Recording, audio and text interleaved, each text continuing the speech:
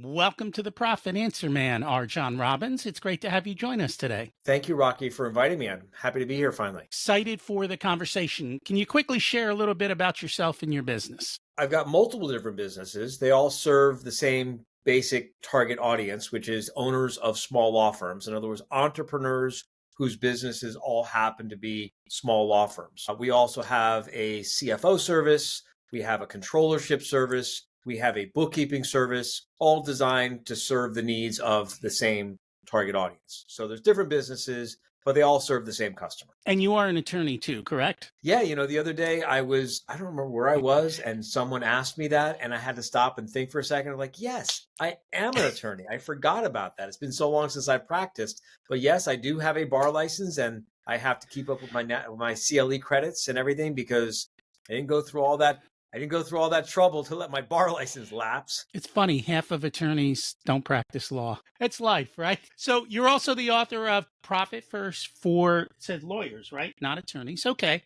So let's talk about that because you and I have something that I see very few people talk about, and that is the different types of accountants and how they behave. So let's start with the different kinds of accountants, just so everyone is clear, because what I find is most business owners think they call their accountant, they're going to get good financial advice on how to run their business. No.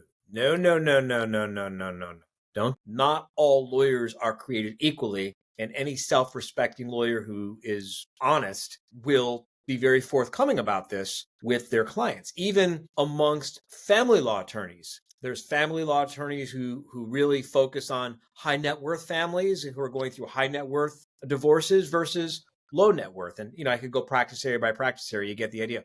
Yeah.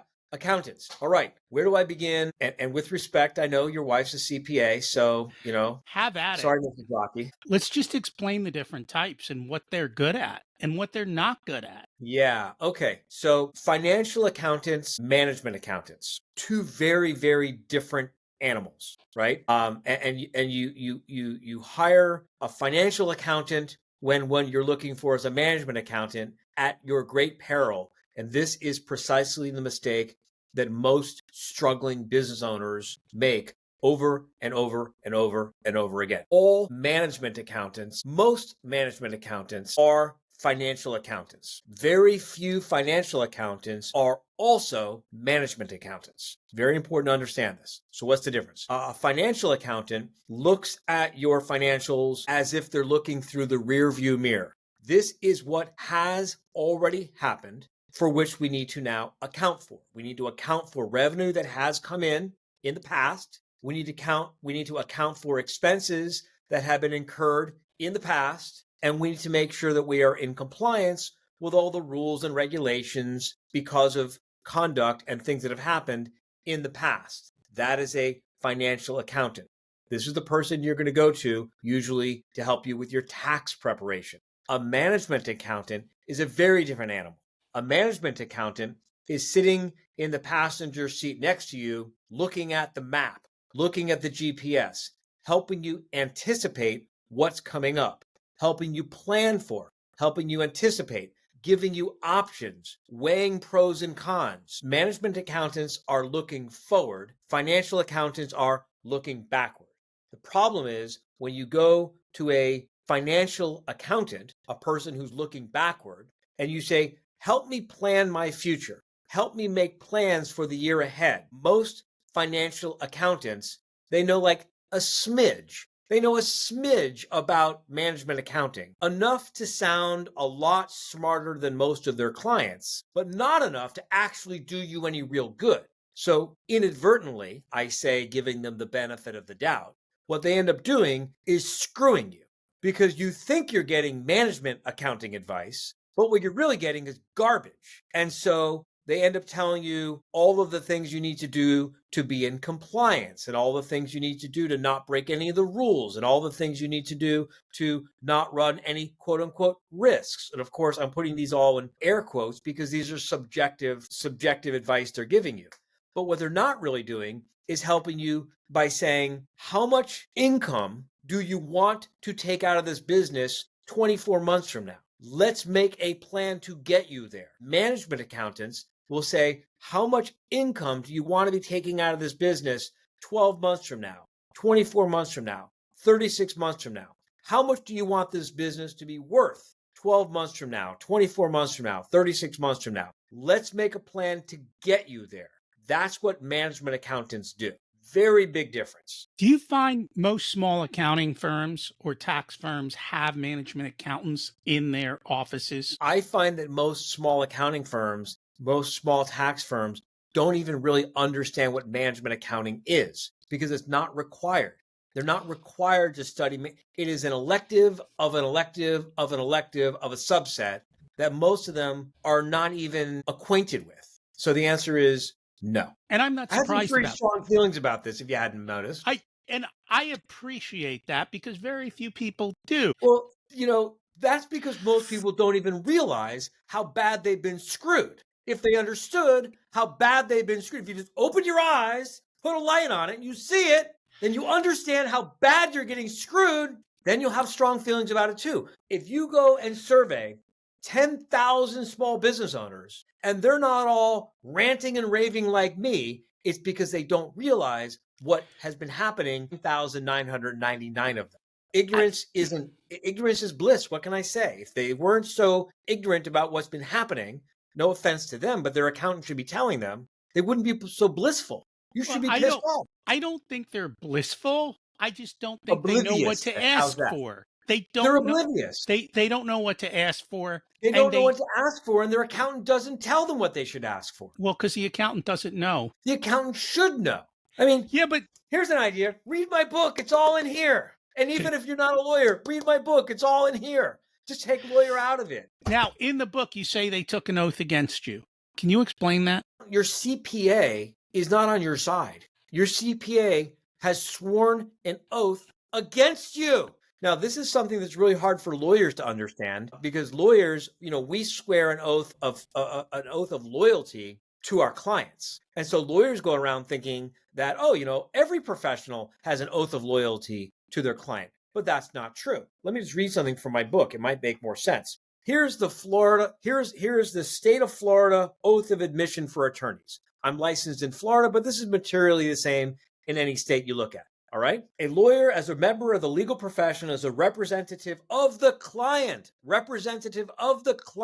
an officer of the legal system, and a public citizen having special responsibility for the quality of justice. As a representative of clients, as a representative of their clients, a lawyer performs various functions. As an advisor to their clients, a lawyer provides a client with an informed understanding of the client's legal rights and obligations and explains their practical implications. As an advocate of their clients, a lawyer zealously asserts the client's position under the rules of the adversary system. As a negotiator on behalf of their clients, a lawyer seeks a result advantageous to the client, but consistent with requirements of honest dealings and others. As an evaluator, a lawyer acts by examining a client's legal affairs and reporting about them to the client or to others. Now compare that to the oath that your CPA took. This is straight out of the 2 pages. Yes, this is straight out of the AICPA Code of Professional Conduct. Members of the AICPA, in other words, your CPA, should accept the obligation to act in a way that will serve the public interest, honor the public trust, and demonstrate a commitment to professionalism. Doesn't say one word about the client. It's all about representing the public. A distinguishing mark of a profession is acceptance of its responsibility to the public, not to the client, to the public. So you're hiring a CPA who has sworn an oath to look out for the public, not to look out for you.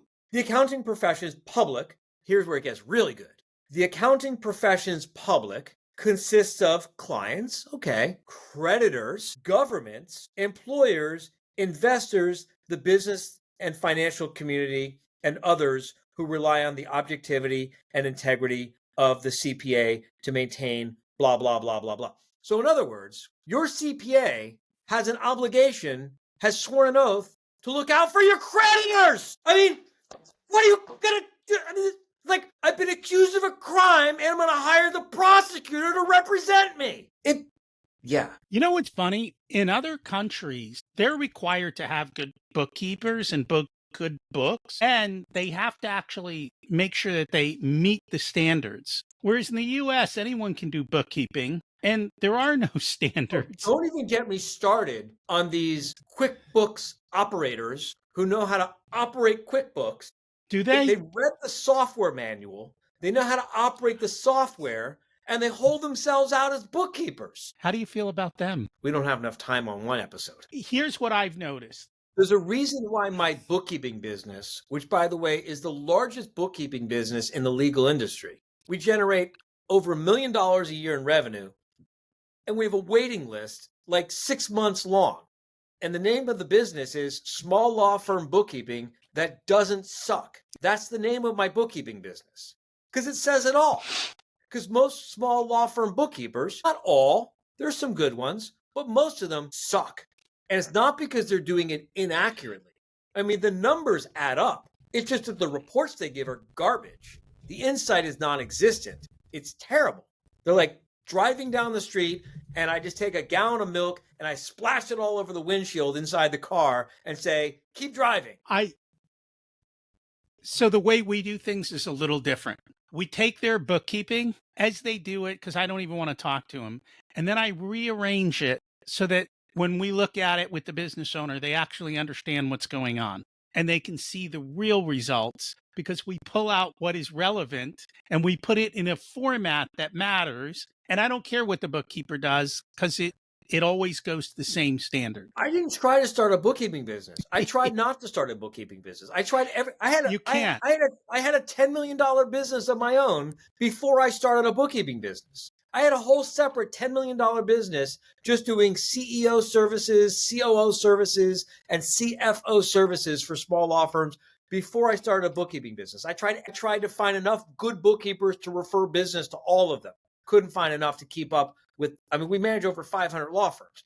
Then we tried offering free courses. We said to our clients, bring your bookkeeper to this course. We will teach them for free how to do the job that you need done so that we can get good financials so we can do our job. They couldn't get their bookkeepers to come to a course for free to learn how to do a better job for their clients. So finally, we just gave up and said, you know what? Screw it. We'll start our own bookkeeping business. Now we got a multi-million-dollar bookkeeping business that I never wanted in the first place. Since we're ranting, let's rant about GAAP accounting. And for most of you who don't even know, it's generally accepted accounting principles. What do you think about GAAP? I'm sure you love it. Maybe you've got a rant against it. I ranted all about GAAP in the book. I'm going to save that for another day. Look, GAAP, I've heard lots of episodes of your podcast all making the same point. GAAP was not meant for small business owners. If you study your history and you understand the origins of GAAP, you'll understand GAAP was a giant exercise in compromise. It was just a giant exercise in compromise back in the 90s. It's been updated and updated and changed. And they keep trying to fix it and make it less horrible every year since. And it is not designed for small business owners. It just was never meant for small business owners. And when you apply GAAP to a small business, it's like feeding ice cream and gelatin to a thoroughbred horse. You know, the thoroughbred horse is going to get sick. It's not what the thoroughbred horse needs to be eating for a healthy, productive lifestyle. When you feed GAAP to a small business, you are making the small business sick. And unfortunately, if they want to go to the bank and get a loan or get financing or raise capital, they have to create these reports for that purpose, but that's not for running their business. Well, that's exactly what I was about to say, Rocky, is running your business on GAAP versus running your business on a more rational, profitable bookkeeping approach, and then just producing GAAP compliant reports for your bank when the bank requires GAAP compliant reports is perfectly legal. There's nothing wrong with it. There's nothing unethical about it. Just because your bank says, show this to me in GAAP, doesn't mean you have to manage your business in GAAP. You can manage your business on profit first. You should manage your business on profit first. And then when your bank says, give me the report, you just translate it into GAAP. So it's like if you speak Spanish at home as your first language, and sometimes you need to translate things into French, right? Don't try to speak a language you don't speak just because sometimes you got to give a translation once in a while.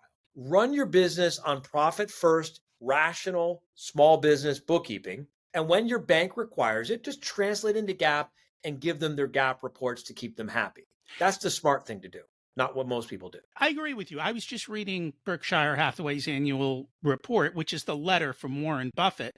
And he literally, in the letter to the stockholders, is, hey, this is not GAAP accounting because GAAP sucks. Here's the actual numbers and the way we look at them.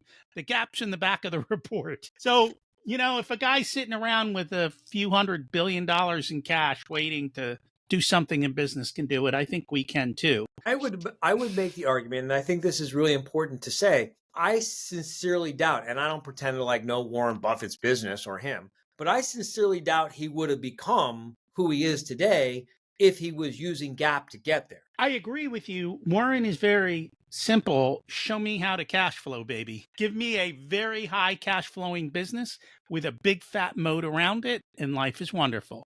And that's what he goes after. And there's plenty of books on how he looks at financial statements and what he's looking for. And it ain't GAAP, that's for sure.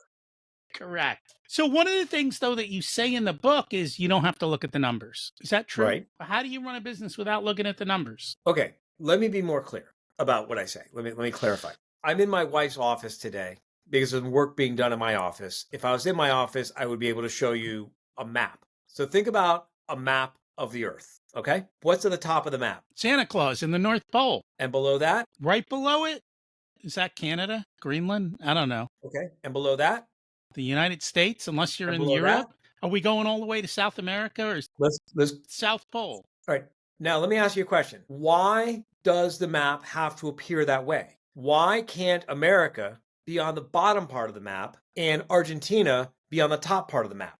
Would it be any less accurate? Navigators would still be able to find their way around the world. Everything would still work the same way. The perception would just be different, right? So the reason why North America is called North America instead of South America, and why South America is called South America instead of North America, is because someone decided that North would be up here and South would be down here, and that was that, right? Most accountants are what I call numbers people. I am not a numbers person. I'm an ideas person.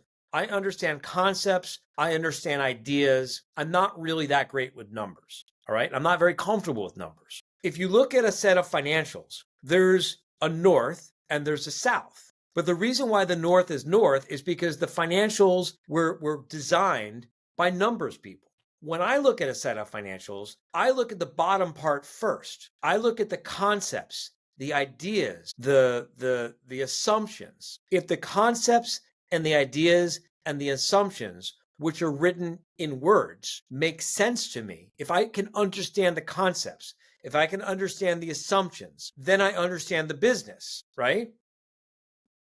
And if I understand the business, then the numbers just support the story. The way most accountants do it is they look at the numbers first, and then they look to see if the story supports the numbers. This is why I am better at finding fraud than most accountants. This is why people who look at financials the way I look at financials can spot problems faster than most accountants can spot problems. Because it's easy to make the numbers line up if you're just willing to fudge some numbers. It's much harder to make the story make sense if the story is all a bunch of BS. So this is why I say you don't have to be an accountant, you don't have to be a CPA, and sometimes not being a numbers person gives you an advantage in doing financial analysis because you can really focus on the notes, you can focus on the explanations, you can focus on the assumptions that everything's based on. And if all of that's a bunch of BS, I don't care if the numbers add up. I know the numbers aren't real. That's what Wall Street does. Warren Buffett says the real magic is in reading the footnotes because that's where they hide all the crap. Enron was actually profitable when they went bankrupt. And it was all in the footnotes of all the games being played on the balance sheet. And Mike actually figured that out. Mike is the guy who did the data investigation on Enron. McAllowitz, cool. I didn't know if you knew that. I didn't know that either. I just saw you freeze. Keep going. It'll fix it all. All right. No, I feel like we covered it. So let's cover another concept because I was confused about this in the book. You talk about static versus dynamic overhead. I'm used to fixed versus variable costs. Are they the same? Are they different? Help me understand that. So there's a little bit of a false premise in your question. So overhead is overhead. Yeah. Mm-hmm. There's variable overhead and there's fixed overhead. But there's certain kinds of fixed overhead that is dynamic, and there's certain kinds of fixed overhead right? It's a way of understanding the different kinds of overhead. For example, fixed overhead that's related to marketing or sales will tend to be dynamic in nature. The more of it you add, the more revenues will grow. Fixed overhead that is static in nature, adding more of it doesn't tend to cause revenues to grow. For example, marketing could be a fixed overhead expense. You spend $10,000 a month on marketing, $10,000 a month in marketing, $10,000 a month in marketing. It's a fixed expense, let's call it. Yeah. But if we spent $20,000 a month on marketing, if it was deployed intelligently, we would expect to see a corresponding increase in gross revenue. Make sense? Totally. Electricity. Not giving your business enough electricity is going to obviously adversely affect top line gross revenue. Yeah, you need the lights to be on. But once you have enough electricity, calling the power company and saying, hey, could I buy some more electricity from you? It's not going to cause revenues to grow. Okay. Furniture, giving someone an uncomfortable chair to sit in, static overhead, furniture, right? Giving someone an uncomfortable chair to sit in is obviously going to reduce their productivity. But once you've given them the best chair you can find, saying to them, hey, if I give you 2 chairs, will you be more productive? It's not going to make them more productive. Are you getting what I'm saying here? Not having enough insurance is going to adversely affect your business. But once you have enough insurance, buying more insurance than you need isn't going to help you grow the revenue. Dynamic overhead, the nature of dynamic overhead is such that adding more of it tends to cause revenues to grow. Adding more static overhead doesn't tend to cause revenues to grow. You get that concept so far? I get it very well. So I have a question, because I There's think more. this is true of attorneys. They always have Okay. beautiful offices because we need a beautiful office, right? This is exactly where I was going next. So one of the things that you start noticing when you look at this in hundreds and hundreds and hundreds and hundreds and hundreds and hundreds of businesses is that static overhead tends to be the stuff that you can see and touch. Dynamic overhead tends to be less tangible. All right. So static overhead is usually going to be things like the office, the furniture, the administrative staff, the sign on the side of the building, all the stuff that your friends and family and neighbors use to judge your success from the outside looking in. Rocky's doing really good. I drove by his office. He's got that big office with that big sign and all those people working there. And I went inside. He's got all that beautiful furniture. He must be doing great. That's all static overhead.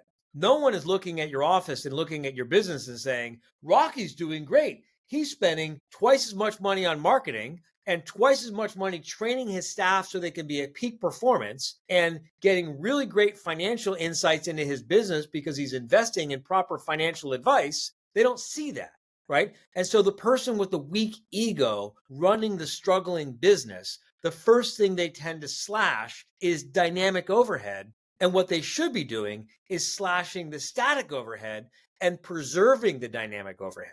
But they do the opposite, and then the business craters. It's hard to shift static overhead because it's more emotional choices, moving from a bigger to a smaller office. Oh, I'm such a failure. Or letting go of an employee that is not driving revenue. No one wants to have that uncomfortable conversation. There's no fun having to lay people off. Right. There's no fun having to tell someone that they're not performing well enough. But this is called being what I like to refer to as a grown up. We have to grow up. Well, you could be a mature entrepreneur. I mean, you could still be fun and a kid at heart, but I mean, you're running a business. Listen, in all seriousness, I know I joke around and I get all histrionic and worked up, but I take this very seriously. I have more than 100 employees whose mortgages, whose kids' college tuition, whose lifestyle depends on me to make responsible, mature business decisions. We've got over 500 law firms that we manage whose owners depend on me to make responsible, mature, grown-up business decisions. I can't let my ego get ahead of these decisions, or hundreds and hundreds of people are going to suffer. So I can have fun and I can joke around and I can have robots and all, and yell and scream and carry on and all that fun stuff. But I take this responsibility to be a responsible, mature business owner very seriously. And I wish more business owners would. I agree with you, but I think a lot of them went into business to do what they loved, and running the business wasn't on the list. No, no, no, no, no, no. A lot of them started a hobby to do Okay. what they love and then woke up one day and found that they had accidentally fallen backwards into owning a business. And then they wonder why it runs like crap because they never listen. Most business owners do not have any real financial goals that they're aiming towards. They don't have a total owner benefit goal that they're aiming towards. And because they don't have a total owner benefit goal, their gross revenue goal is BS. They don't have a business plan. They don't have a marketing plan with key performance indicators. They don't have job descriptions. They don't have checklists. They don't have templates. They don't have anything that makes the business really work for them. Instead, they take pride in how hard they work and take pride in what long hours they work, take pride in how much they can suffer. And then they go home to their family and say, you should all appreciate me because of how much I suffer for you. Well, you know what? Your family shouldn't appreciate how much you suffer for them. Your family should say to you, hey, learn how to run your business so your business works for this family and none of us have to suffer. Because it's possible. You could do it. Anyone can do it. That's what we tout in our book, work less. I hate this grinding culture. Next, more work. I'm like, no. Next, less work. How do we Listen, make more and work less? Because that's what it's supposed to be about. My businesses, I mentioned I have several different businesses. All of my businesses together last year grossed over $60 million. I work a lot less now than when my businesses grossed $10 million. And I worked a lot less at $10 million than when they only grossed $1 million. And the worst time ever was trying to get up to $1 million. That's the hardest part of all. The bigger the business gets, the easier it becomes to run if you build it the right way. As a matter of fact, as soon as we're done, I'm going to the EOS conference to learn more about how to create the dashboards, how to do all of these things so that everything is systematized and runs without you, because it should. You have a responsibility to your employees. You have a responsibility to your clients. You have a responsibility to your vendors. You have a responsibility to your investors, who, by the way, is your family, because they've invested their time, their energy, their patience in everything, right? You have a responsibility to all of these people who are depending on your business to make it work without you being there, because God forbid something happens to you, they're all going to be screwed, right? I take off for 30 consecutive days away from my business 2 and 3 times a year, every year. And while I'm gone, each of the main parts of the business, they keep going and they keep growing. That's like the hallmark in how to manage a small law firm. We've got hundreds of our members of the law firms that we manage. The owners go away for 30 consecutive days with emergency access only. And while they're gone, the marketing keeps working, the intake keeps working, the legal production keeps working, the staff keeps getting hired, trained, managed, the financials keep, and they get a nice dashboard report while they're away from the business for 30 consecutive days with defined emergency access only, so they can see what's going on in the business and relax and know that everything's under control. And when they come back, things are better than when they left. That's a real business. That's because the owners are always getting in the damn way. Well, because if you do this the right way, you leave people with things to do while you're gone and they get them done. And then you come back, and because you were gone, you have perspective. And because you were gone, your mind goes into a creative space where you can then see the next thing that needs to happen. You come back, you see where the next thing has to get done. You create more systems, you give more instructions, you get out of the way and let them build it. And then you come back and you see the next thing that needs to get done. That's how you grow a business. I agree. I'm guessing what's on the dashboard is KPIs, correct? Yes. So what is the purpose of KPI? So let me tell you a funny story. I was in my mid-20s and someone said KPIs, and I didn't know what KPIs were. And I had already graduated from law school, by the way, right? So I don't want anyone listening to this to feel embarrassed if you've never heard of KPIs or don't know what KPIs are. I mean, no one's born knowing this stuff. KPI stands for Key Performance Indicator. These are the measurements that we use so we can be fair and objective with our employees and manage with objective data instead of managing based on personality. And I don't mean managing based on our personality. I mean managing based on their personality, which is a huge disservice to the employee, right? Because inevitably what ends up happening, every time we go into a business, we always find versions of the same story showing up again and again and again and again. You got two different employees. We'll call them, Andy and Annie, right?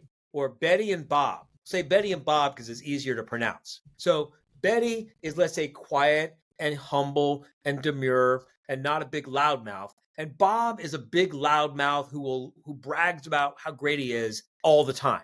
And Bob keeps bragging and bragging and bragging to the point where everyone starts believing him. And everyone thinks Bob is so great. And Annie, who just keeps her mouth shut, puts her head down and gets the work done, Betty, I'm sorry, she just does the work, right? And Bob keeps getting raises and promotions and opportunities, and Betty gets left behind. But when you look at the data, maybe you find out that Betty's more productive than Bob. Maybe you find out that Betty's more profitable than Bob. Maybe you find out you want two Bettys and no Bobs. How unfair to Betty that she's been looked past and overlooked and passed over because no one was looking at data. No one was using key performance indicators. Turn it around the other way. You got an employee and maybe you, the business owner, maybe you're having a bad day. Maybe you're in a bad mood, whatever. And you come in and you're like, bah, bah, bah, bah, bah, bah, complaining about everything. Key performance indicators give employees a shield to protect themselves from you on your worst day. Because when you come in and you're like, bah, bah, bah, bah, bah, bah, bah, the employee can say, excuse me, here are my numbers. Respectfully, shut the F up. I'm doing great. And that's the key. And we don't. And it happens in every part of life. And it's funny, in sports, we do a lot better job of tracking KPIs than we do in business. And it's a game. And it's a game. Yeah. Yeah, a really great book that I highly recommend to everyone is The Game of Work by Chuck Coonran. That is where I first learned to really embrace this idea of measurement and KPIs. I know another book that I think you like is Simple Numbers, because I think it was in Love that book. Yeah, Love Craig's I'm a book. big fan of Greg Crabtree too. He makes it simple, and we have our own version of, but very similar systems to what he does. Is there anything we should have talked about today that we didn't get a chance to? Where everyone can buy my book. We're Why going to everyone cover should listen to my that. podcast. We're going to ask where to find you, where to find the book, and all of that, of course. Tell us. Yeah, so look, if there's any lawyers listening to this, the best way to get in touch with us is literally the same way as everyone else. Buy the book, Profit First for Lawyers. You can get it on Amazon. There's a podcast called Profit First for Lawyers. It's a really fun show. People love it. It'll give you a lot of look. If you listen to the podcast, which you can download for free, and you hate the first season, you're not going to like the book, and you're not going to like doing business with my companies. And you get to find out for free, and we get to find out for free. If you listen to the first season of the first few episodes of Profit First for Lawyers, and you like it, go ahead and buy the book. Read the book. If you hate the book, you're not going to like doing business with me and my companies, and that's fine. If you like the book, then you'll want to do business with us. And even if you're not a lawyer, the book is not about profit first. The book is written as a rallying cry to convince people who haven't read Profit First that they should read Profit First. And for those who have read it, to give you courage, arguments, insights, understandings, and ammunition to use against all of your so-called advisors who are working against you and don't want you to implement Profit First. So you understand where they're coming from and how to counter all those arguments and give you the courage to say, screw it, it's my business, and it's my life, and we're doing Profit First. If you call my controller, by the way, right now, Rocky, and you say to him, what happens the first month you don't implement Profit First? He will say, I'll get fired. He knows he'll be fired.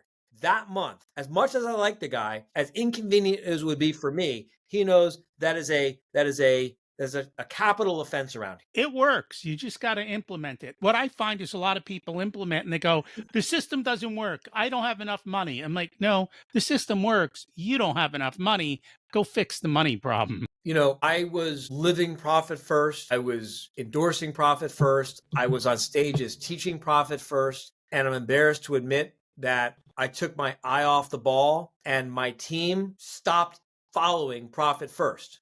That's what your team will stop following Profit First the minute you take your eye off the ball. They just will. You think they won't, but they will. And as soon as I put the hammer down and we went right back to profit first, the problems they were hiding popped right back up to the surface.